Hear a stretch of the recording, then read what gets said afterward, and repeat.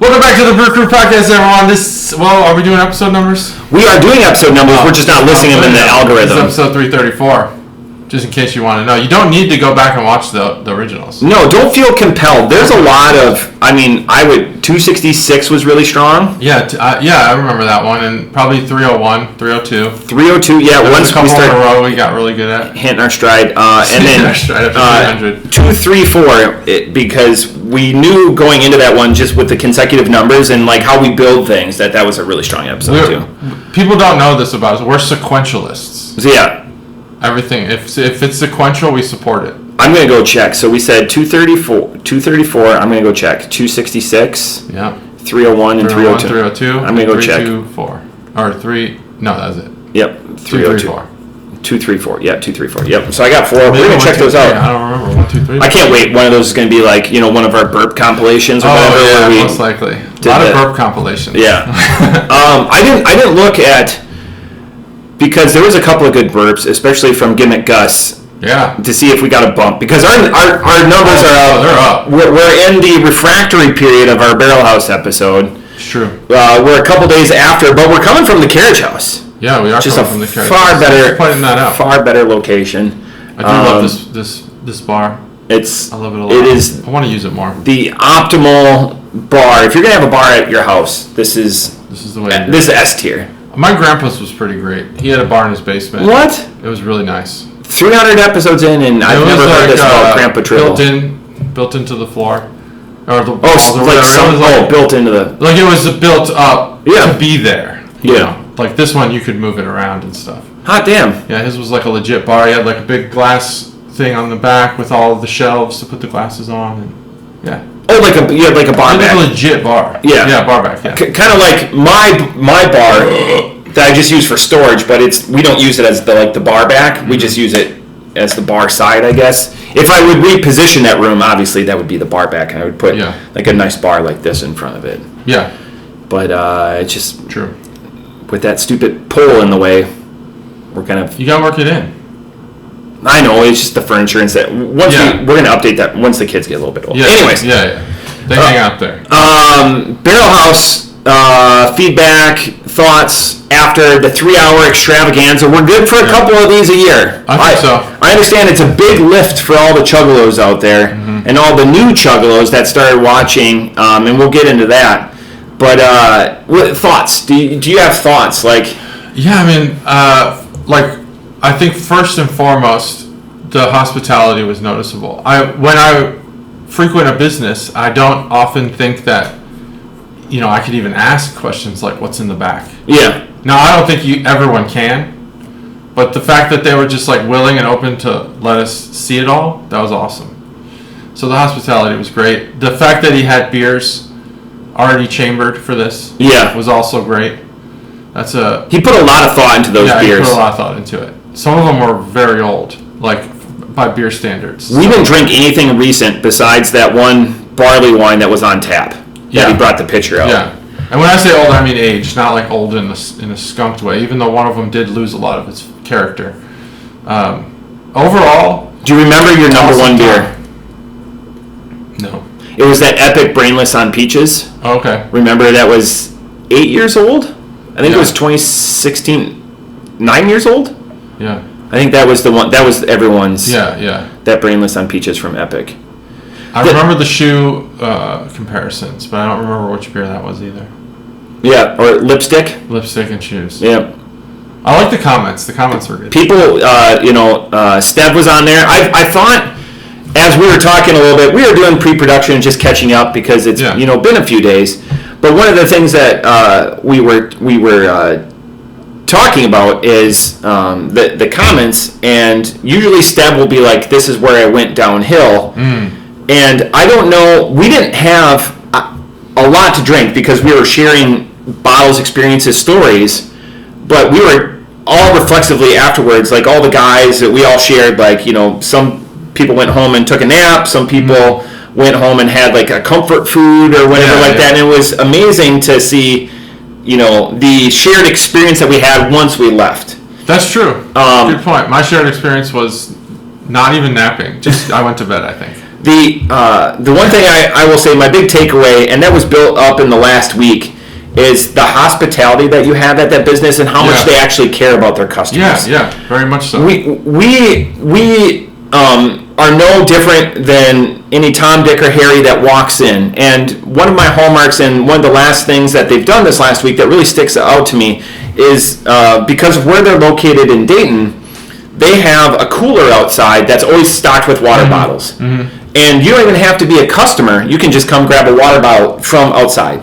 That's awesome. And they were looking for donations or whatever, and there was a couple of organizations that stepped up and brought pallets of water. I don't know if you saw that. No, I didn't see that. So now those pallets of water are in the back. Yeah, okay. And they're already tight with product that they're going to cycle out. But now they're no longer accepting water donations because they have enough water for like the next 2 years. Awesome. Because they'll go through 2 cases during a hot day out on that patio. Sure. Not even for customers, just for passersby. Yeah.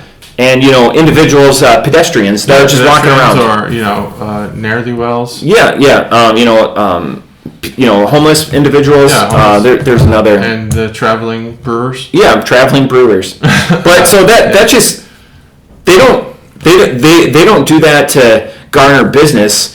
They do that because it's the right thing to do to help out, when you can. Yeah, it's awesome because, like you said, they care. Not even just about their customers, they care about people. Yep. And the one thing, because we care about people and we care about Better Matt, we've got to remember Better Matt, the Dayton Bartender of the Year. Yes. We are Bartender of the Year. We are, on behalf of the Brew Crew podcast and all the work that Better Matt has done on our behalf, coming on the podcast, being himself and what he's done for all the customers at the Barrel House. His calendar will be paid for by us here on the Brew Crew podcast. Exactly right. So I just wanted to put that, because we evoked that like 2.5 hours in. We remember, so Better Matt, make sure you remember that you're going to be pouring your own beers on the calendar bill. Well, we had talked about it previously. Yeah. And it just so happened that we were fortunate enough, as you saw. That was a great cut. I couldn't put in the woman's voice because you have to inform them that they're being recorded legally. Yeah. And so I deleted that. But yeah, we were fortunate enough to hear the announcement. Live. Hear the notification. Not a gimmick. It was amazing. Our cameras were rolling. They weren't initially. It jumped in a little late. But we heard the reaction. It was incredible. And so that's why it came up. We probably would have saved that information for November. Yeah. Had it not have happened. Yeah, we wanted, because Gimmick Gus was struggling. He's made him plaques, trophies, or whatever. We wanted to give him something from us, and instead of, like you said, waiting. That would have probably been, like when Stev won last year for being the listener of the year. Yeah. This way, we get it out there, and you know what? In the spirit of giving that the Barrel House does. Yeah. We wanted to match that. Yeah, so good. Yeah, fond memories for what I can remember, and what I can't, it's documented. It's all documented. So we're good. It's fantastic. We did spend maybe, I don't know how long you were there, maybe 30 to 45 minutes doing pre-production, but really all of the fun memories are all recorded. Right on YouTube. So the one thing I will say to all the Chuggalos, we left a bunch of coasters there. Yeah. And we put our QR codes on there, and we found out afterwards those QR codes are washing off. Yeah. So if you're listening, Austin, you've made it. We've got a fix. We're going to put a little piece of tape over that because those QR codes, once you put your beer down, the condensation, it's wiping those QR codes. We'll take care of it. I know a lot of those coasters have already walked away, and that's what they're designed to do. They're designed to be a durable good. Take them home. Tell your friends. You think that the QR code is... How important do you think that being able to scan is? Because maybe... So not for me, but I'm a different generation. But that may actually feed this conversation. My wife she stamps stuff like cards. She makes greeting cards. We can get stamps made that just say Brew Crew, like YouTube.com/Brew Crew Podcast. Yeah. Or get the YouTube logo and just put the name of the channel. Maybe people don't need to be scanning. Yeah, are you saying like put it on the cork or something? Yeah. We could just get the stamp all the corks, and then boom, we're done. Yeah, it won't wash out. Yeah, that's a way to do it too. Yeah, I've been trying to think about like how can we get the QR code, but making a stamp of that might be difficult.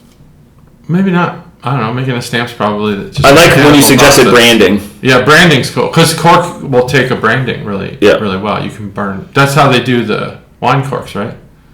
Yep. They burn them. Yeah. Yeah. Interesting. They're etched. Is that what etching is? I don't know. Etch is like carving, Just but carving? yeah. But you can metal etch too. That's again just exciting stuff. A real high, and the reason why we do it is to get out there and talk about beer. And it's nice to expand that because after 7 years of drinking with this guy, we're pretty aligned. You know, every once in a while we surprise each other with beers that the feedback is not what you would expect, and that's awesome. Right. When you get somebody completely new and zany, and then they tell you that their favorite kind of beer is a lager, that was blown away because I thought it was barley wines. I went into the podcast knowing Gimmick Gus loves barley wines, and then he went to the complete opposite end of the spectrum and declared lagers. I think he's got a lot of things going on, business wise. Maybe the lager keeps things simple. Yeah. Maybe that's some of the logic to it. Sometimes you just don't want to think about things too much, and a lager just doesn't give you a lot to think about. So maybe that's why.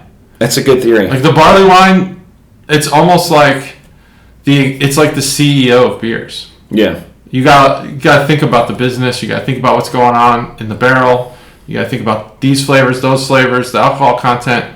Lager, just drink that shit.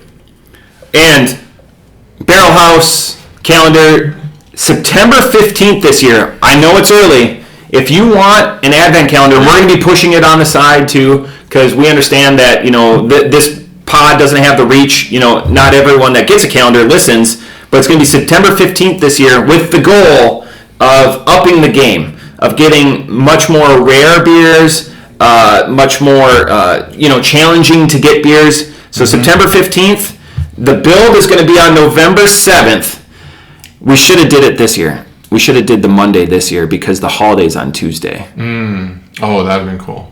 Take 2 days off. So I'm wondering, maybe we call an audible. Maybe.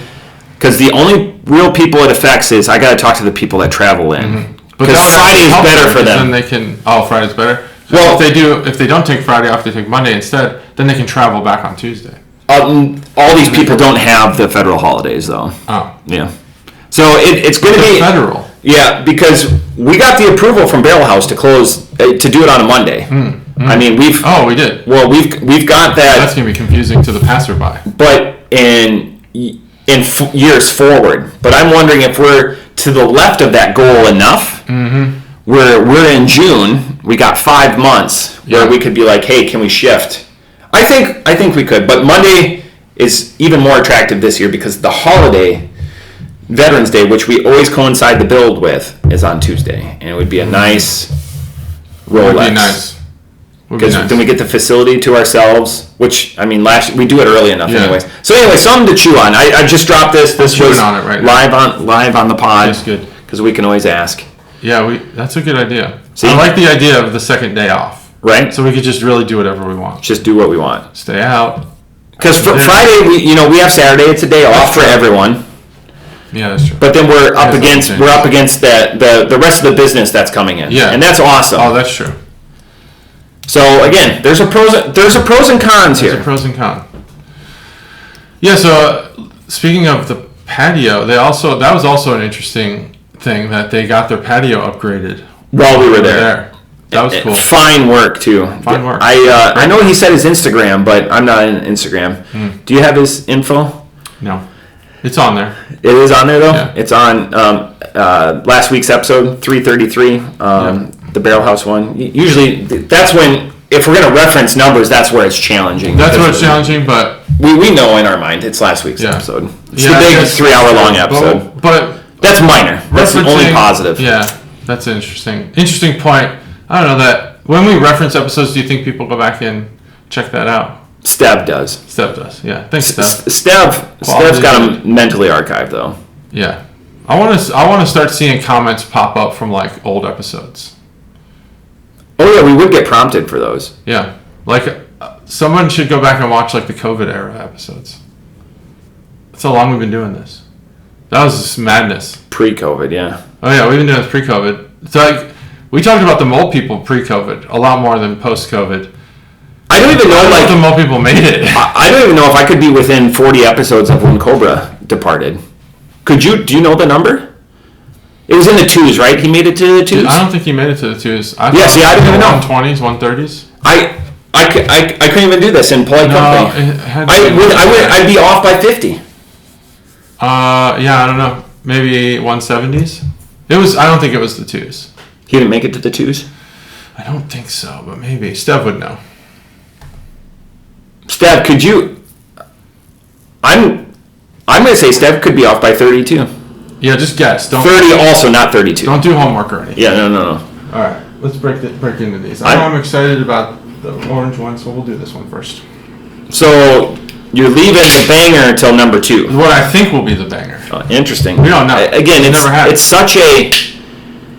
such a debate now. Yeah, it is. These are both fruity beers, so they're not gonna. And it's morning beers. We're recording 7:00 in the morning. That's why this is gonna be good to have fruit because it is early. What is that ingredient? So I got this at Barrel House. This is from Mortalis Brewing. Gemini. The beer's name is Gemini. 7%. Is a sour ale brewed with Caruba. What is that? Caruba, maybe? Strawberry and watermelon. I'm going to look up Caruba. Those are very watery. Strawberry, watermelon, and a beer. Yeah, again, it's very watery fruits. What's the name? Gemini. Gemini, 7%, so it's right there. At a sour, that's a paltry sour. A paltry sour. Yeah, usually sours are 4 or 5. Yeah, it is. It is rich. Paltry is a good word too. Paltry. Caruba. Ooh, I think it's a banana passion fruit. Caruba is also known as banana passion fruit. Is a tropical fruit native to South America, characterized by its banana-like shape and the orange pulpy flesh with black seeds inside, similar to a passion fruit. Caruba is enjoyed for its sweet, tart flavor and is often used in juices, smoothies, and desserts. Just for everyone from Wisconsin, because Cafe Caruba is a different thing. That's a Quick Trip line of coffee. This is Curuba, not K. Oh, not K. So, because Caruba is a line of coffee from Quick Trip, which is America's #1 gas station. All right, you ready? Yep. I forgot to count. Wow! I was like, 300 plus episodes. Never. Wow, that was fucked up. Just 3, 2, 1. Scared me down. Yeah, that's terrible. something. Fucking A, man. That is incredible. I was in my head thinking about a joke that I was gonna tell. Cheers either way. Yeah, cheers. I was thinking about this joke that I thought would be funny for all of those people from Wisconsin who don't know what strawberries are, which probably is a significant amount of Wisconsinians. It's all beef and cheese there. It's fruit also. Seeds on the outside. Some of my fondest memories as a kid is going to the strawberry fields and berry picking in the little. It's like $2 for a quart. Oh, okay. I've never been berry picking. Strawberries are tough because it's very low to the ground. Oh yeah. I've been apple picking. Govins. I was struggling to get it. Govins berries. Govins berries. Govins. Govins. Govins. Not Knott's. I've never heard of Caruba. Knott's Berry. Knott's Berry. Knott's Berry Farm in California. That's a tourist trap. They make berries. You nailed it. They make jelly. Well, not at the park. Knott's. It's jelly, right? Yeah. I don't know. It's probably the same company. You think they sell enough jelly to make a theme park? Oh yeah. Yeah. Were you pitched on this one at the Barrel House, or was this one I found this one on the shelves. You found this one? Yeah, I wanted to be pitched, but I wasn't. Did you ask? I don't know if I asked or alluded. So it's my fault. Because I'll go in and be like, hey, well, I'll do the gimmick. When I was looking, I think they were pointing at random things, but some of them I don't know. Maybe not. Maybe I didn't ask. They'll get you dialed in. Oh, especially. Oh, I know. Yeah, so that's a good point you're bringing up. It's my fault. They will get you dialed in. I didn't ask. Like, we got just in this banger XYZ. Yeah. I mean, Better Matt's always going to say a masthead. They've got... That's fine. Yeah. It's the guy that always wears polos. You're going to have 15 different types of polos or IPAs. Mm-hmm. But he'll get you dialed in on... Yeah. He'll understand hazy, West Coast, Mid Coast. Oh, yeah. There was a time 7 years ago where I didn't. I probably couldn't tell you the difference between those. Which is crazy now. Yeah. Oh, the growth. We'll get beers that will disagree with their classification of. That's how many beers we've had. Now, we're not in the tens of thousands. But we know the difference. We're fast approaching 700 on the pod. Yeah. This beer, I'll say this: the watermelon comes through. The watermelon comes through, and so does that banana part of the Karuba. How the fuck do you pronounce this word? I don't know. It doesn't say. But yeah, that comes through. The watermelon comes through. Strawberry, not as much. Jamaica. Yeah. I will say this unintentionally has smoothie characteristics in the taste, not in the texture. The texture's there too. There's texture for sure. Because of that banana and strawberry, which are the two most prevalent smoothie fruits. Strawberry banana is like the number one. It's got to be like the number one fruit mixture for smoothies. For smoothies? Yeah. It's got to be, right? Like, I'm not speaking out of No, I think that's right. But the fact that the watermelon is there, Mortalis is not as frequent on the podcast as they could be, but I don't think they have any. I'm guessing they're people's bangers in New York. Like, this is a banger brewery for a lot of people in New York. This is like they go there. Yeah, this is like their 450, their record. Yeah. Mm-hmm. Yeah, good reputation. This isn't where Chelsea Grin comes out of, is it? Chelsea. Or that's Is that Nightmare Brewing? The beer that. That's Nightmare. That's Nightmare. Oh, by the way, I just got into Lorna Shore. Yeah. Are you aware? I'm familiar. I'm not like a avid listener, but I'm familiar. That have that metal font that I'm thinking of, like Nightmare, where it's what's in it? Yeah, not an anagram or what? Yeah. But it looks the same forward as backward. Oh yeah, like an anagram kind of thing. Is that an anagram? I don't know. Where it's depicted. So. Yeah. Anyways, the answer's down below. The answer's down below in the Google. In the Googles. In the Google. Yeah. Look, like it's once like. Yeah. It's like scribble words. You can barely read them. Lorna Shore's good. They changed their lead singer a couple of times, but I just found out because of Oblivion that the background music. I listened to music before I listen to lyrics. That background, like that epic, and they wanted to mix like Interstellar with Inception, and I've been on a big kick for those two movies recently. Love those movies. Great movies. Interstellar. Oh, that's if you watch the Barrel House episode and they got me in a tank top. The black hole on my shoulder is from Interstellar. Is it? Yeah, it's the exact. Oh, yeah, it is. This was prior to them imaging a black hole for the first time. Yeah. The logic of why the light is the way it is on that was like true to the physics we knew at the time. Yeah, Kip Thorne. Yeah. The way that some light does orbit and escape the event horizon, but in a way that's like super stretched out, and but most of it doesn't. But the reason why it was all rendered the way it was supposedly true to science. Yeah, so I was like, well, I'll do that. That'll be the top of my space tattoo. It was over a terabyte to render that. Yeah. Oh yeah. Like Kip Thorne. That's why in the movie. Oh, you mean in the movie? I thought we were making a joke about the tattoo on the video. No, I mean, a terabyte of video. But the data. But that's why they named the one robot Kip was after Dr. Kip Thorne, who was the scientific mind. Oh, you're saying the real black hole? No, the real black. Oh, the one in Interstellar. Yeah, for them to render the data for that was over a terabyte. Oh shit! Like, yeah, just to render the black hole. Damn. That's incredible. But that is. Do you remember the name of that black hole? I used to. Starts with a G. Large. Yeah. Gargantua. Yeah. I had Gemini on the mind, so. And then I just watched, while I was working out this morning, I just almost finished up Two for the Money, which is a Matthew McConaughey and Al Pacino movie. Okay. About sports betting. Oh, okay. 2004, before his rise to power. Yeah. One of the last famous Matthews. Him and Matthew Broderick. Everyone else is Matt. Oh, good point. It's not Matt McConaughey. Well, I was going to bring up Matt Damon because I always thought it was interesting that Matt Damon was in Interstellar and in The Martian. Not because of any other reason than their space movies. Yeah. Maybe it's the same guy. No, because he's a complete jerk in Interstellar. But it could be so many years in the future. He's like, I'm an asshole now. It's not the same guy, but have you ever heard the theory that like all entertainment is in the same universe?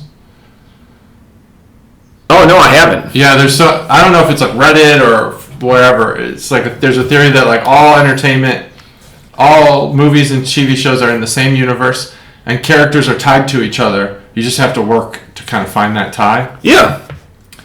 And so that one's a little easier to tie together. But not so. I don't know how far in the future Interstellar was. I never really paid attention to what year it was. 21. John Lithgow's character is a millennial. Okay.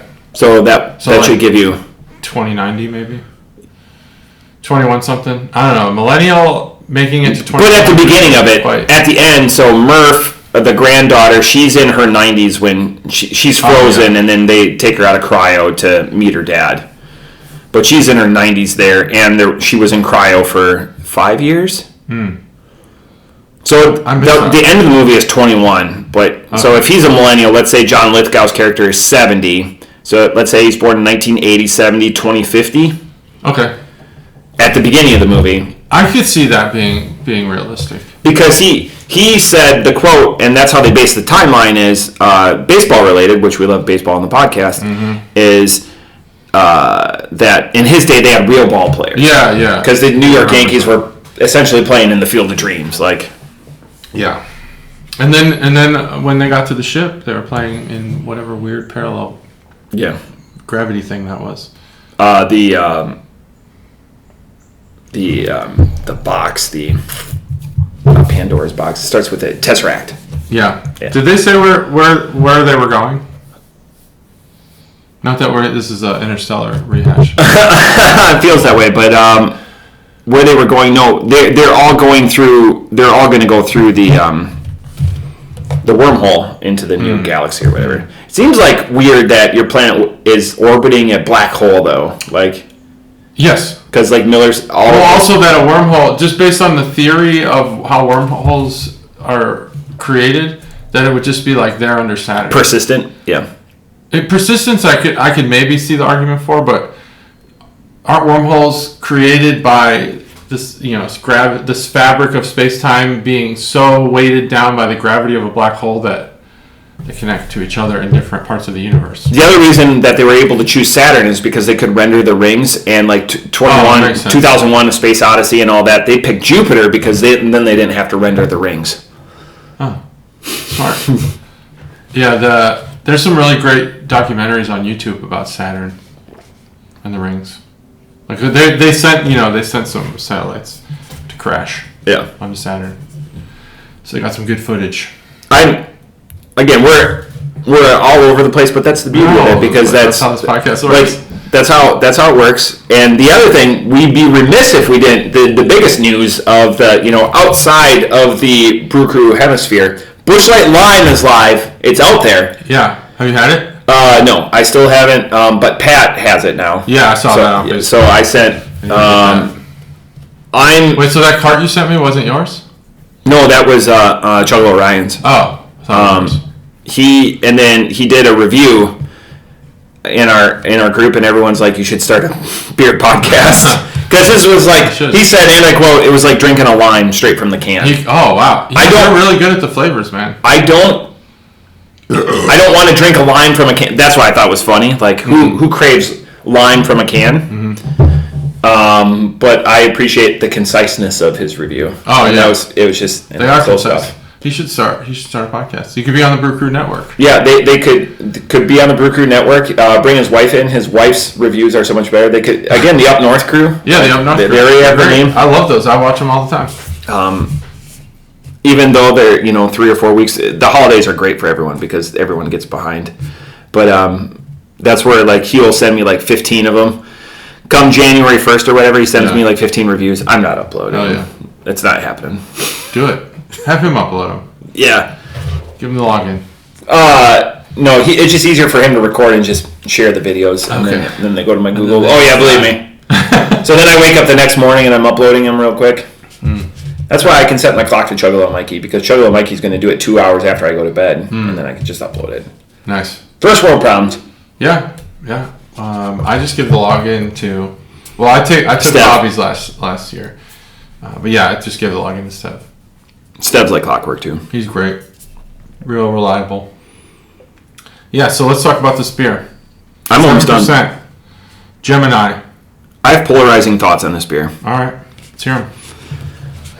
Off the top rope, this beer is too not a beer. Okay.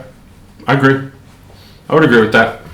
But it's 450, so then I'm vacillating back and forth. Off the top rope, I give it a 4.25. What could it use more of? Man, it's too close to a smoothie.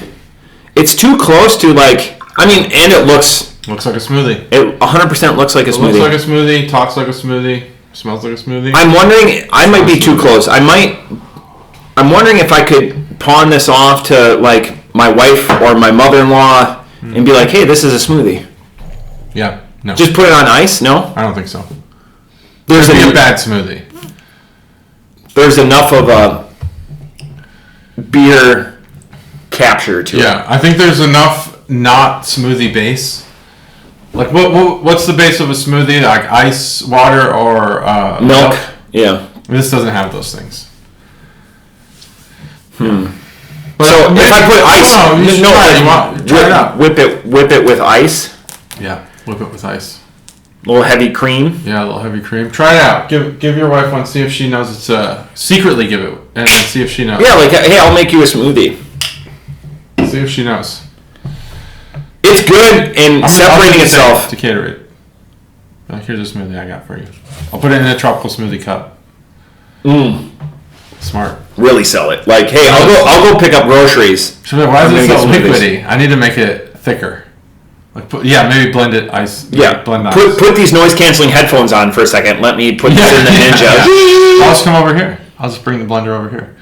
Can't hear anything in the house. Anything for the podcast. Anything for material stuff to talk about. What would I do different? I'm not a big watermelon guy. 21st Amendment has a watermelon beer that, again, if you like watermelon beer, it's the watermelon beer that you need out there. Yeah. 4.25. It's good score. If you want a beer that isn't a beer, but you love what you like, Odwalla and what's the other one? Bolt House. They're the two big smoothie players in the prepackaged. This is your jam. I don't know any of those words you just said. Bolt House. They make the smoothies, the little screw top smoothies, and then Odwalla. Oh, okay. They know. The Chuggles know. You know. As soon as you saw it. Smoothies. What? You're not a smoothie guy? Anyways. I go to tropical smoothie every once in a while, but I don't like the buffalo chicken wrap there. I don't have every week smoothie money. I don't have every week smoothie money either. That's why I don't know what the hell you're talking about. That sounds like smoothies at home money. Yeah, we have frozen. We have frozen. That shit. You gotta buy fresh fruit for that. All right, here we go. I'll do the can. That's more the intro music. Boom. Can art boner segment. Oh, sorry, naked. Naked's not the. I know naked. Yeah. Yeah, naked comes in the square. Yeah, square. So cubic, naked. Yeah. Rectangular things. Yep. Can art's cool. It's two traditionally female faces with very geometric. It's there's this. Oh, what's this guy's name? Naturel. Have you ever heard of him? He does art with triangles. Everything's triangles, and it makes really detailed. So like there's He's a geometric. It's all There's like pointillism, but this is all with triangles. So all of the detail of faces and bodies and stuff is all triangles. That's what this is like. Everything's triangles, including the hair and the faces. Excellent. I wonder if he did this. I wonder if he did this art. It's very, very similar to what he does. So yeah, that's the art. It's great. There's a green and a red. Kind of brings you to the fruit, the watermelon color, the strawberry color. I don't know, Karuba. Let's see what color that is. It said it was like orangish, I think. So that's it's not really, that color's not really represented here. So there's that. That's can bonus segment. You did it. I did it. It was really good. Gemini. Interesting name. I tried thinking, why would it be called that? The twins. Is that because of the twins? Gemini's the twins. Yeah, a pair of twins conceived by different fathers. Well, so that matches the art. Yep. That's good. So at least you matched the name with the art. Not sure about the beer, per se, because it's 3 flavors. There's not two, it should be 2. But didn't you say Karuba is a marriage? Oh, true. Yeah, it's a banana passion fruit. So maybe that's it. Wow, look at you with the assist. Figuring it out. So that's the Carriage bonus segment, and that's the name segment. We talked about that. We did talk about that. Nailed it. So this beer is interesting because I agree with a lot of what you said about the smoothie aspects. Yeah. But I think that it lacks the sweetness. They changed their bottle a little bit, but that's a Bolt House smoothie. Oh, okay. I've never seen what? That before. Bolt House? That's Bolt a House. stupid name for a smoothie. Bolt House Farms. It's just the name of the farm. All right. It's been my go-to brand for 15, at least since I lived in Texas. I don't have any go-to brands. When I thought that smoothies were healthy and not just... Yeah, smoothies are healthy because it's fruit. Yeah. Fruit's healthy. All the sugar. It's tons of sugar, but you get the vitamins you need. Yeah. You know? Because my body goes, you know what? Oh, this is sugar from fruit, not sugar from candy. Yeah, exactly. It differentiates. Yeah. My glycemic index doesn't go up at all. That's true. We got the signs aliens in here. You know, the signs aliens, they make those noises. Yeah, they can't. They are afraid of water and can jump onto a roof in a single bound, but they can't kick in a wooden door. That's true. And suspend disbelief. Our atmosphere doesn't hurt them. Yeah. But there's water in the air. Yeah. Anyway, weird movie. Good movie though. I liked it. M. Night Shyamalan. He does some good stuff. He does good stuff. So I think that this beer lacks the sweetness that you would want from a regular smoothie. It's a good beer. I didn't, until I poured it in this little glass, I didn't actually taste the alcohol. But once I poured it in this glass, it was like all alcohol. It was weird. It like really came out. So at a 7% too for a fruit smoothie. It was weird. It's higher. Super weird. I also think that this beer leaves a bitter aftertaste. And that's the only unappealing part. I think the actual flavor of the beer is Karuba. Good. That's the Karuba. That's the Karuba. I think the beer flavor is good. It could be sweeter to make it more appealing to the smoothie drinker, but it doesn't claim to be a smoothie. It claims to be a sour. When I read what the banana passion fruit was, and it had that tartness, I was like, oh, this is going to be a good sour. I think my disappointment comes in that it wasn't sour. And it wasn't. It was it was thicker than I thought it was going to be. So this is a line from them. They pair. So the Gemini line, they pair a bunch of fruits together. Oh, cool. So that's where the Gemini comes from. Oh, nice. So they have like 15 different pairings. All right, excellent. Well, I'm a little less enthusiastic about this beer. I was really excited to try it. Glad to buy it at Barrel House, but I think that the flavor is good enough to give it a 3.5. 3.5. Yeah, bring it up. It elevates it to a 3.5. It's not in the 450 realm. Not in the 450 realm. And the missteps aren't. It's just ungimmicked, or it's raw, almost what it is. Ooh, a Berliner Weiss. Yeah. So I've been sitting on this one for a couple weeks, waiting. to drink. I've been waiting. Oh, So this is a smoothie style beer. typical Bottle Logic. Berliner Weiss, Bottle Logic. It is a. It's gonna be my first Bottle whip. Logic It's a can. pineapple whip from Whip? It's got pineapple, vanilla, and marshmallow, but really it's implying that it is like the Hawaiian treat, a pineapple whip, a Dole Whip. Dole Whip. Dole Whip. I'm screwing up on my whips today. Tropical Hideaway. Yeah. So this is exciting. I'm gonna roll this beer. This is from Anaheim, California. Bottle Logic. Yep. All the traditional Trappings. trappings, I think. Yes.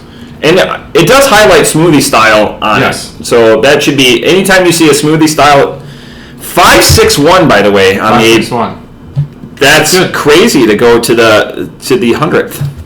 Oh yeah, that's a good point. I didn't think of that. 561. That's unique They must have a better scale than other companies. because the spreadsheet will track out to the 100th. I have it set up that way. Wow. Typically it's a 0 though. What a spreadsheet. You just want to open it? Go ahead. No, I'm gonna count down this time. You Fine. you go to a work site and it's how many days without an accident? Yeah. How many days on a pre-crash? I can't believe that I did that. That was insane. Over 100. It was just like We've had it before. muscle memory. That was though It just happened. that was egregious. I was ready too. Like Some we were people are waiting. like 3, 2, or Oh, 1. Don't do that. Don't Yeah. go on one. All right, ready? Yep. 3, 2, 1. Oh, Oh, goodness. shit. Oh, on the expensive computer. Do you need something to wipe it up? Okay. Okay. Both of these have exploded, and everyone's like, "Well, you're rolling the beer." Yeah, well, chill out over there, Kimosabi. Yeah, who's mad about rolling the beer? You got that. It's extra full. So, JT, look at that. That is extra full. It, That was some is over, but you can see the yeah, mine is meniscus. two. Mine is two. See, A little bubble. this is going to be much more tropical. So you're safe fruits. You're going to the tropical zone. Yeah, we're going to the trop zone. Speaking of the tropic, or Tropicana. Can I get some of that? Or the Tropicana is Houston, right? Or is that Tampa? Tampa. So they're selling. They're going to be sold by the end of the week, I think. The Rays. Yeah, the Rays. They're selling the team. Yeah, They're going to get more than that's gonna be 3,000 good. people. I think they're going to sell to somebody who cares about baseball. So, did the Devil Rays figure it out, or was it Joe Madden, or was it a combination of the front office hiring Joe Madden, who is very statistically and analytically led, and was like a Pete Carroll players coach? I think there was some luck in there. Because they had a banger system without spending anything for many years. Their drafting, maybe luck is not the right word, because their drafting was good. You couldn't anticipate that you'd have like Longoria and Ben Zobrist. And Ben Zobrist, I think he was drafted by them. I think. That's a tough thing with baseball because so much is done before they make. Yeah, if you win the draft, or you trade a lot of players for minor leaguers. Because then Houston took over. That's how Florida used to win. Houston, Miami really did well in the draft. Yeah. When they were tanking after the killer bees. Oh yeah. I mean, they tanked on purpose. Unbelievable. Correa, Altuve, Bregman. I know there's controversy around those guys, but even without cheating, they were good. But once Bagwell and Biggio, and they made their money, and they had a bunch of down years, and then they became a laughingstock. But they were just stockpiling. And then they switched to the American League and won the World Series. Yeah. I would start, if it wasn't for Chuckle Dave, I'd start banging on things. They were in the World Series in 2005 as a National League team. Yeah. They lost to the White Sox. Then they had some down years. But they won in the draft in the teens. So Tampa, I think it was. I think the owner doesn't care.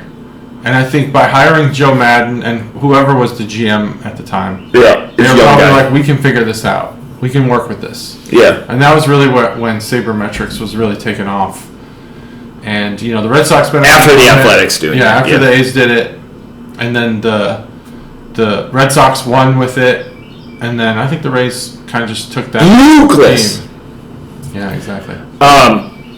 Man, that part of, like, looking back fondly on, sports like that in, like, periods of time, and you, like, look at that. But everyone that's tangentially aware of baseball would look at, like, how the Rays do it. There's that. anonymity or question marks to it, and it's just If you have pride in your work, you'll figure it out. It's just fascinating because now the disparity has grown. The Lakers are going to sell for $10 billion, but in baseball, the have and have-nots, it's becoming much more stretched out. Yeah, it is. You have 2 teams in the majors that aren't even playing in major league stadiums. Yeah. 2 teams. Yeah. It's a $1 billion sport, and you can't fucking figure it out. I am befuddled. But yet, then you have teams whose TV deal is more than the stadium that they play in. So that is an interesting topic because that's over. Those days are over. So the Cubs had in their long-term plan, they built in the TV deal, and it never came. Right. Because those days are over. No one gives a fuck about TV anymore. And while MLB's still tooling around with their bullshit streaming policies, the Cubs they've started the Marquee Network, which was supposed to launch, so that was in response to not getting a TV deal. And the Marquee Network basically operates on its own on cable channels, but it's also a streaming app. But like, who has it as a streaming app? I guess you can subscribe. Because now the gambling sites are getting involved and they're broadcasting the games, because Bally's is out. Bally's was a terrible revelation for multiple franchises. But now it's like FanDuel is telling me all the time, subscribe to the Reds. So bitch, I'm not from here. I'm not. Well, it's smart for them to do that because they're blacked out. Oh, 100%. But those blackout rules are dumb as hell. And statistically, 9 out of 10 people that you're going to meet, but there's a lot of transientness in the country right now. So again, but I'm just. But yeah, baseball's Laffy Taffy. The have and have-nots are incredible. But I think there was also sometime in the 90s or something, somebody must have said to the billionaires, buy a sports team. It's profitable. It's the investment. You don't even have to know shit You don't have about. to worry about the team. They don't need to win. And that's where I really got this mindset for the Bears that it's like they don't need to win from a business perspective. You just need to continue to exist. In our life, they're selling tickets, they're selling merch, everything's good. In our sports lifetime, we saw the first $250,000 contract in baseball. That was A-Rod with $250. The first franchise is going to sell for $10 million or $10 billion. Sorry, Dr. Jerry Buss bought that for $65 million. Wow, that ROI is incredible. Yeah, it is. I don't, and he passed. 12 years ago. He passed in 2013. His daughter, Jeannie Buss, is still going to be the governor of the team. But the guy that bought it, and this all comes back to baseball, the guy that bought it is the guy that owns the Dodgers. Where is he making his money? Because he owns the Dodgers. He's got a printing press. On the Dodgers. And now everyone on that team has helped me out because we're coming up to Bobby Bonilla Day. Bobby Bonilla Day is coming up in a couple of weeks. Everyone's got those long-term, hey, we're just going to push this off because it's going to just grow exponentially. Yep. Smart. In our lifetime, in the podcast lifetime, in the next 10 years, we're going to have a $20 billion sports franchise. Oh, yeah. The Jones family will sell the Cowboys after Jerry passes away. I'm not saying that, but the Cowboys will sell for $20 billion. Yeah. Oh, yeah. That's going to be the number. It's huge fan base. It's incredible because you're buying the merch. And that's what JT said. You're buying all you're buying all that other stuff. Yeah, the merch, the licensing, all that stuff. Yeah, that's true. It's happening in our lifetime. Yeah, I agree. So, so somebody said, buy this, it's an investment. And there's all these teams like Miami, Tampa, they're like, we're not spending money. We want you to win, but we'll give you this amount of dollars. And somehow those teams find a way to win. Now, there's also traditionally, poor teams like the Pirates and the Royals, small market teams. Yeah. Who try to win. They just don't have any money. Nope. So they get a couple of years with some talent, and then if they're not there by the trade deadline, that's when you see it come down. Ugh. And that's the funny thing. We talk about Florida. Florida is a really polarizing environment. When you're talking about the major four sports, because now they just won the Stanley Cup. Yeah. And no one's aware of it. Everyone's like, the Panthers. No, it's the Florida Panthers. Do you know where they play? Panthers. Miami. You're not getting any further south. That's where the Florida Panthers play. incredible for them to win a Stanley Cup. 2 years in a row. Someone made an argument that the reason why they put together such good teams is because there's no income tax. That makes sense. It's desirable, but why doesn't Tennessee do better then? Because it doesn't have the They've been okay in recent years. Yeah, when the Blackhawks were on a tear, the Nashville Predators were also doing well. But like their football team. Yeah. Yeah, they get rid of King Henry. Tannehill has a couple of good years to give him a big contract. NFL's a different beast, I think. Yeah, no baseball, but with free agency, I think the NFL's all about the draft. You got to get that quarterback. You don't see a lot of blockbuster quarterback deals. Okay, so quarterbacks there's 2 quarterbacks that win the Super Bowl. Your perennial all-time guys that are on, and your guys on their rookie deal. Yeah. That have the rest of the team surrounded by them. Those are your 2. Yeah, exactly. If you don't have one, Yeah, figure it out. I think the last one we went back, and there's going to be arguments, was goofball Trent Dilfer that won with the Ravens. Worst quarterback ever to win a Super Bowl. Yeah, that's probably true. Hot take. I don't know, Jim McMahon wasn't great. He's fantastic. Green Bay Packer. I love Jim McMahon. Green Bay Packer. Famously Green Bay Packer, yeah. Lot of inbreeding between those 2 teams, especially with rest in peace Mongo. Yeah. It's fantastic. Mongo was quoted, and this is where I give the Bears all the credit. I couldn't play anymore, but I went to Green Bay for a year and took their money. And he's quoted. Yeah, he was pretty brash. He's actually great for one of the reasons why wrestling. People think Angel Hernandez is shit was Mongo, because he was doing the 7th inning stretch at Wrigley Field and he called him out early in his career, early in Angel Hernandez's career. He called him out, and it kind of just picked up from there. That was the start of the snowball. And Angel Hernandez actually for Angel Hernandez the snowball. Yeah, exactly. Analytically, he was like an average or slightly above average umpire, which is crazy. Yeah. He made some bad calls. Yeah, terrible calls. Yeah, bad calls. I just don't like tropical beers. I don't. Okay, fair enough. Well, let's talk about it.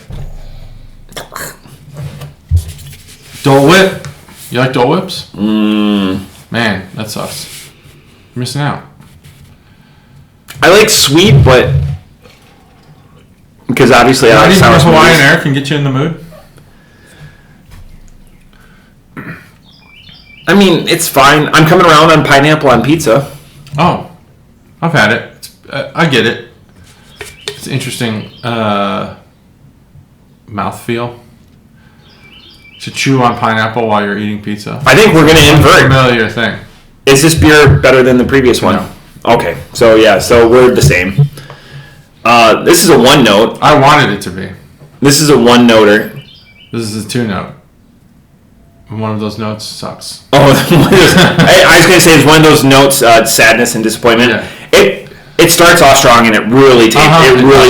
It really starts off strong. The first sip, Then it's like cardboard box on the back cardboard end. box. That is a very apt observation. You get that twang, cardboard box. Yeah. Nothingness, just like it's just paper air. Do you have something to say about bowel logic though? I didn't know if you. No. Oh, you just activated your. No. It's a habit. Yeah. When it starts to go dim, I shake the mouse. I have 2 computers. One's government, one's personal. My contracting company, and I work on both constantly. But the government one, if it goes to sleep, you have to type in your PIN and everything, and has to so I try to avoid that. Yeah, tell me how government computers work. That's it. People know. It's not a secret. I love it. 10 minutes, so I have the timeout. So then it's if you're doing one thing right, and you're between networks. I like to keep the screen on too, so if something important comes in, I'll see it. Yeah, or dinged. log do you work with headphones in? No. I work with headphones, so I get it. Yeah, so I get a ding. I'm in meetings all the time. That's all I do is meetings. I kind of tip my hand on this one, so I'm going to be way off on this one. I understand Dole Whip. We've had Dole Whip. I understand people's fascination with it. outside of my present company, because I would always go to him on desserts and type of stuff, always are attached to other events that are going on. When you're in Hawaii, everything is better. Yeah. Dole Whip is far superior than I don't think everything's better. But yeah, most things are. Most things, okay, yeah, 90% of things, because you're in Hawaii. Yeah. Except getting to Hawaii is such a absolute bear. What a pain in the That's why I ass. go to the Caribbean. Off the top rope, I give this a 3.25 initial, and that's, I mean, I'm struggling to get there. It's weird having two banana-esque beers with the I don't Karuba. know about banana. Well, There's a isn't the creaminess about it. Karuba, though? Isn't the Karuba's a banana-esque beer? Yeah. So two banana... Well, this is I don't think it Tangential. says banana. It's all over the can, though. It looks like bananas. I know Well, it's it's Dole Whip. pineapple color. I know it's Dole Whip, but it's just 3.25, 5.61. I do like the accurateness on that biologic, typical of the first biologic can I've had, because most of it comes in those shorties, you know, those like stouty gear beers. It's just, man, it doesn't get there, and it really drops off precipitously. Oh yeah, the drop off is huge. A quarter of a way through the actual taste. We gave it its fair shake. Yeah. Is this truly?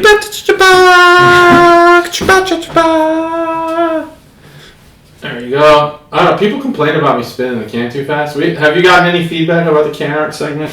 They don't come at me with that. They used to.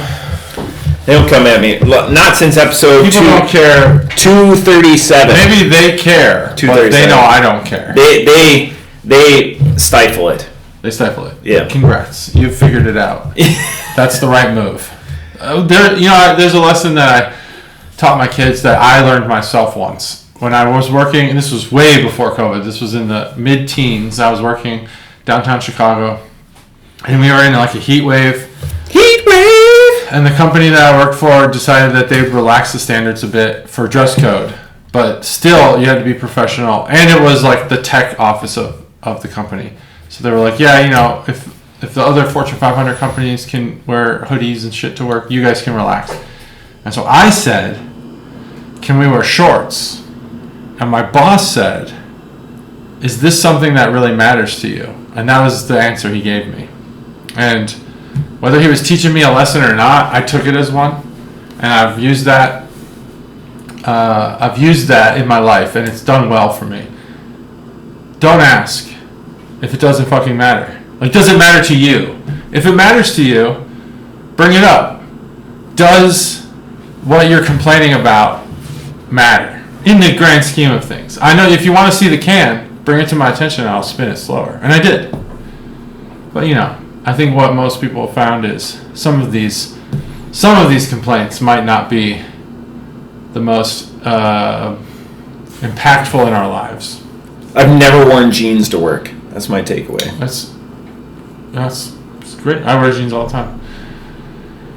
I'm now. I probably haven't worn jeans in over a year. I'll do whatever the employer tells me to do, but I am at a point in my career where if you're judging my work based on my dress code, I'm not going to be a slob. If I'm a slob, tell me. Yeah. But if you grade me worse in my performance because I wore jeans or something, or an untucked shirt, well, you have the problem. And that's only just because like I have I think a good track record of success. So I'd rather be comfortable and succeed than be uncomfortable and succeed. Because why be uncomfortable? It's a good theory. I hate tucking my shirt in, and I'm not the majority in that. I know many people are really like looking good at work, and that's fine too. If that's what you like. You're a part of that new where you don't impede genius, and this I'm not saying it's not hyperbole. This man is a genius at what he does, but for me, when I'm not a genius, I look to separate myself through any. So I have comfortable dress clothes, but I wear a tie. Well, no, there are things that you excel because it's at. like look good, feel good, like personability, client relations, Yeah. things like that. You're really good at. I'm terrible at those things. Yeah. As is evidenced by my lack of give a shit for wearing jeans. Whereas you care, so that those are your strengths. We have a data science position coming up, but we can't approach. But if you have somebody that you're shilling, I'm willing Shilling? to. I'll shill some. Let me see if I can shill. But it's going to be people that you want to keep. But I have opinions on it. But there's always exceptions to the rule. There's always waivers to the policy. As a customer-facing individual, I just like. It's nothing for me to put on a tie. Yeah, if it's a hot day or whatever, I'll go open collar. Yeah. And then only polos on the last day of my work week. Yeah, smart. I just because I roll up my sleeves anyways. But it's a policy that I go back and forth with people. But there's other like help yourself out. Yeah, help yourself out. Definitely because he can afford to dress like that. Younger me tucked my shirt in, wore collared shirts, sometimes a tie. I always listen to the dress code. That's NASIC is relaxed. What I'm saying is so I think that since COVID. I'm far enough in my career now. Now, if I'm briefing a general or something, I'm going to put a tie on. I'm going to wear a suit. I'm not like an idiot, but as far as like the day to day. Yeah, I had a meeting with our COO, and I wore a tie. Yeah. I got my anniversary gift, and it was on the back of the tie was a picture of my wife and I from our wedding day, and the other anniversary gift was our kids on a tie. Wow. Love the ties. Very thoughtful. Really gift. awesome. That is a great gift. And took it to my COO, who goes because it got brought up in the meeting that Matt, you're a brown noser, and one of my other coworkers goes, Matt wears a tie every day, so kind of fuck off, which was awesome. Thanks, Jen. She doesn't listen, but that meant a lot. Yeah. And she, not somebody that we're like amazing friends or anything like that, but she's like, he wears that every day, so eat shit. He's not a brown noser. And just a nice guy. So I talked to the COO. He, afterwards a little bit, and he goes, I showed him the tie. He was very proud of it. Hey, the gift, and he goes, my kids did that on their wedding day. Gave me. I was like, see, what a relatable tough. Yeah. That's awesome. And that's why he excels at that personability, approachability. Like, hey, we can talk at high points, and we can, talk about beer. He listened to the beer podcast. People are people at the end of the day. Yeah. There are people who I don't think have those traits. We know those people. But yeah. And this is a nice just be somebody that people want to have redeeming qualities. Yeah. Give out bottles of water. Have redeeming qualities. Don't be an asshole. Yeah. That's it. Don't be a dick. Rule number 1, and it's the only rule.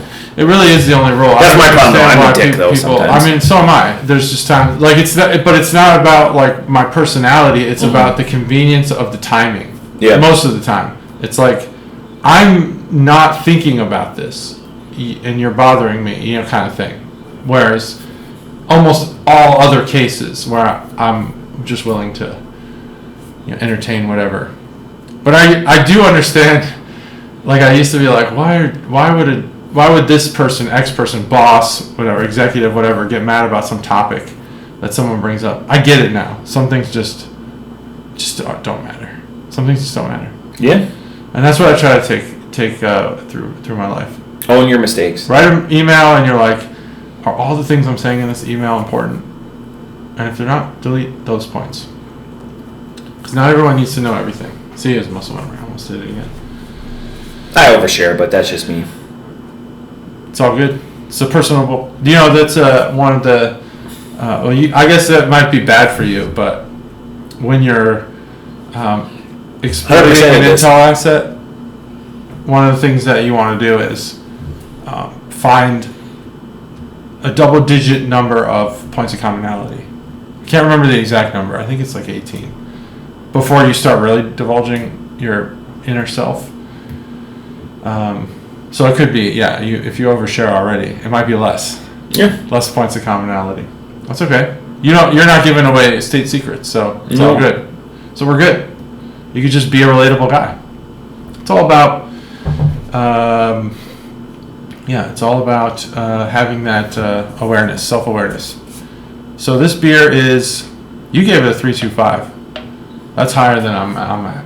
This beer had the precipitous drop-off. That was the term that defines this beer. First sip, amazing. It's all Dole Whip.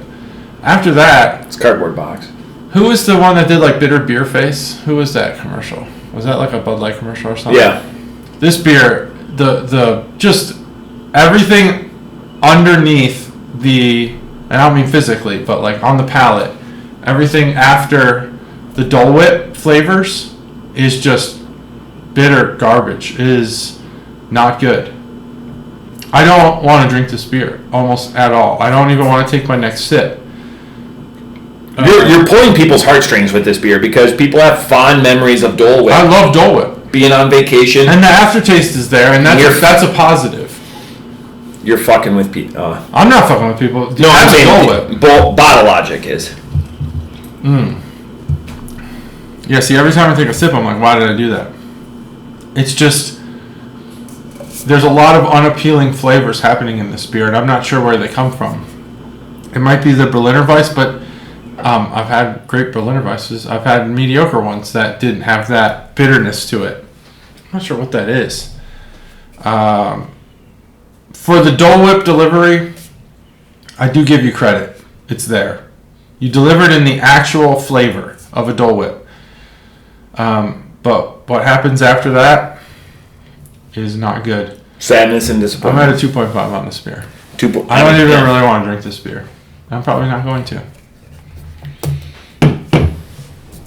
I had to do that sound. Chugalo Dave, you'll understand. It was that was a purposeful slight. I'm surprised I didn't get a text message, by the way, because I knew we were going to be later this week, so I got out in front of it. I saw that, and I said Wednesday. I was like, I'm not going to go change it Wednesday. No. It's going to be early Thursday, Yeah, it'll be fine. But there's a couple of people I know that listen almost immediately, like once it goes up, and we appreciate you guys.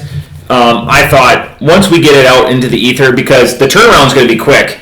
The next time we record, so this is going to be the last time that we're together for a couple of weeks. It's vacation time. We're in the middle of summer, Yeah, so summer. it's going to be a solo Matt, then a solo JT, and then we'll be back together July 7th. Yes. So I don't think I'll do a solo. I'm going to try to not do a solo episode. Oh yeah, I'll pull in one of my daughters. No, I'm just joking. No. But I don't know that for sure.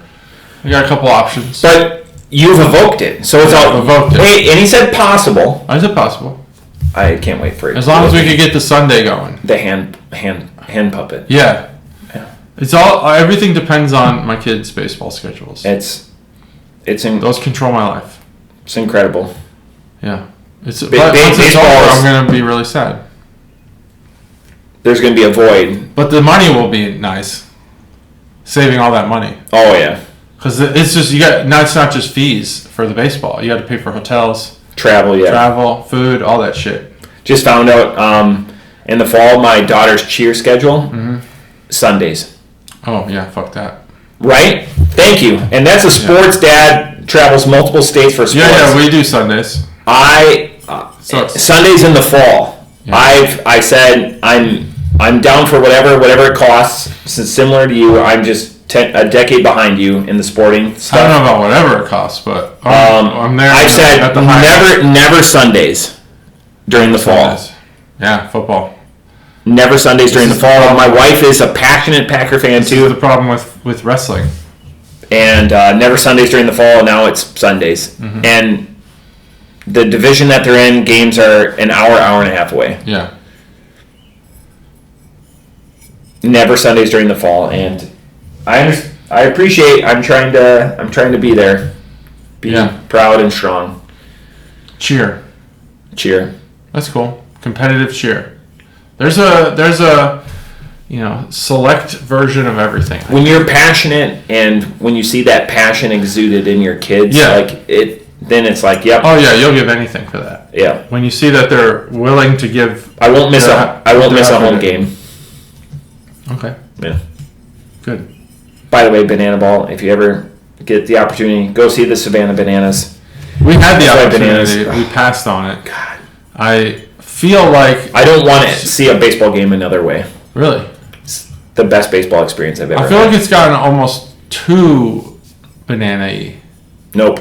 No? Okay, good. So they've got a good balance there. Like when it was just like like 60 to 70% baseball and 30% gimmicks. It's a like wonderful a amalgamation. Right? Yeah. And it's still a game. They've done a good job at bringing in a lot of talented baseball players. I know just from following a lot of baseball accounts, they pull in a lot of social media influencers in the baseball realm. Guys who do tutorial videos, guys who do funny videos for baseball. And they've got a lot of, minor league quality talent. Not sure if they're in the minor leagues or if they're kind of past that in their career. And they brought in some former major leaguers, right? Yeah, so they know where they're like Bronson Arroyo pitched, nice. Danny Gray pitched, who was an early '90s Reds guy. So Sean Casey pulled his hamstring or something. What's that? Sean Casey pulled his hamstring or something. Yeah. So again, they bring in like local talent. They don't, but the people that we went with, they'll say the Reds haven't sold out their stadium since playoff games. Opening day. I think they sold out the Cubs game I went to last year. Because I had to sit way in the back. Upper deck. But again, for a spot game like that, that was crazy though. There was waiting lists and everything. Our turn came up and we were just like, do we really want to do this? It actually would have worked out because my son's team lost and they didn't play another game after that, so we could have went. I don't know. Did I enjoy it? I don't know. Because we have sporting circles, like Nort Dog and, me, Chuggle Orion, a couple of people are like, we've been waitlisted and we can't, they fell into our laps like the Wednesday, because me, I'm a planner, and they're like, hey, we have tickets, find a babysitter, and then so we were scrambling we had to leave the game early, we had to go late, because our babysitter had a small window, but well worth it. Amazing, we'd watch the girls. Amazing experience. They probably would be like, who are these people? they probably wouldn't recognize the boys. They wouldn't. They talk about the boys all the time, for sure. There's no way they would recognize the boys. Yeah. Oh, those nice boys. My younger son, he's like not even the same kid anymore. Yeah, total different look. Pre-adult. Yeah, teenager. It's incredible. Teenager. But again, everything, I look at that sweet map of Dayton. By the way, everything circles around. By the way, the beer selection. That's what I want to get to. Yeah. We've talked about this before. So we're sitting on the suite level. This is one thing I want to bring out. There we are. At the Bananas game. So we're suite level. All the food you can eat. Blah blah blah. Suite. We weren't in the suite, but they have 3 rows in front of the suites. Yeah. So that level. Nice. But you go up to all the food you can eat.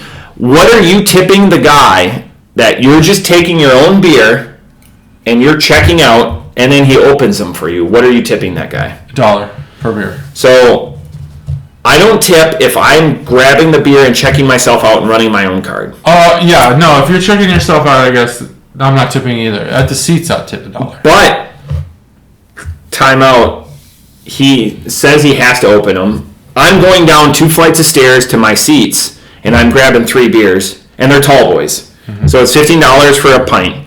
And I go, Cholo Aaron goes, hey, just don't open them for me. And the guy goes, yeah, that's fine.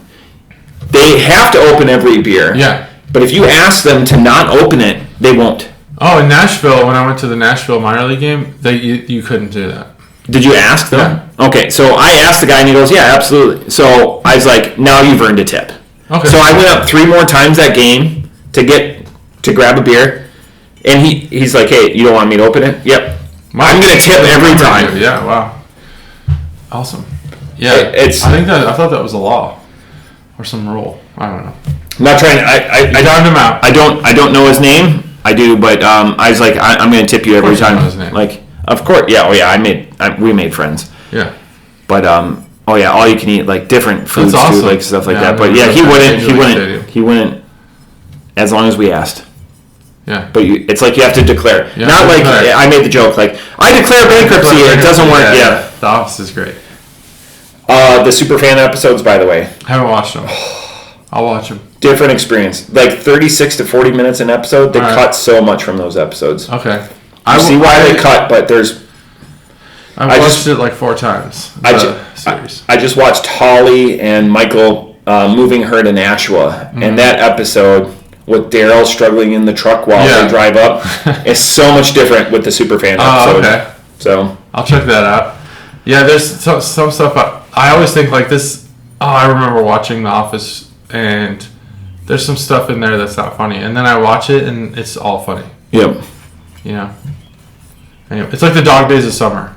You think some of these seasons aren't going to be entertaining anymore because you already know what happens, and they are. They're all funny. What I do right now, Katie and I are kind of rewatching it just because there's nothing else to watch, and we're on the season where Jim and Pam finally get together, and I'm just thinking like, what was it like originally, waiting for this to happen, or it was like they never really in Hollywood they'd never put the couple together, the will they won't they couple, they would never get together because it's a good storyline, but they did. Like Ross and Rachel. Yeah. I guess I don't watch Friends, but and then they got together and the rest is history. Magic. Yeah. Great show. That's it. That's episode 334. In the Carriage House. In the Carriage House. In the morning. Best bar. We need to have the calendar build here. Let's do it. If we can get Gus and Matt to bring their supplies here. What could you comfortably host here?